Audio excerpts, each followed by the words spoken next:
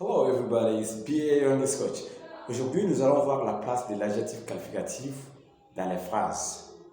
Alors, il est extrêmement important de savoir où se place l'adjectif qualificatif dans une phrase en anglais. Parce que ce n'est pas comme on le fait très généralement en français. En français, l'adjectif qualificatif peut se placer soit après le nom, soit avant le nom. Ça dépend du contexte tout simplement. Alors, en anglais, c'est très rare. Vous n'allez même pas voir ça en anglais. Toujours, l'adjectif qualificatif est placé avant le nom qu'il qualifie.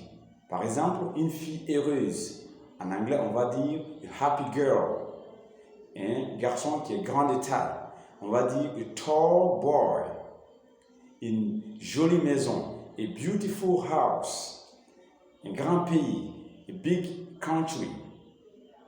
Alors, il faut retenir qu'en anglais, toujours l'adjectif qualificatif est placé avant le nom. Donc, il ne faut pas essayer de voir comme ça se fait en français dans tous les cas. Lorsque l'adjectif qualificatif est placé après le nom en français, il faut faire la même chose, ce qui est la traduction littérale.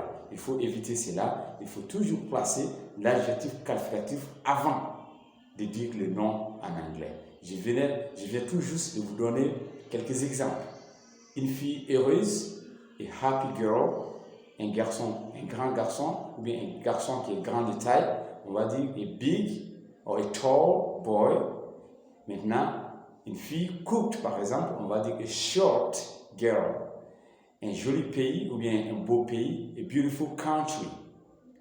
Alors, une grande maison, a big house. Donc, toujours l'adjectif est placé avant le nom qu'il qualifie en anglais. Et retenez cela, c'est extrêmement important de savoir ça pour ne pas faire la traduction littérale du français en anglais.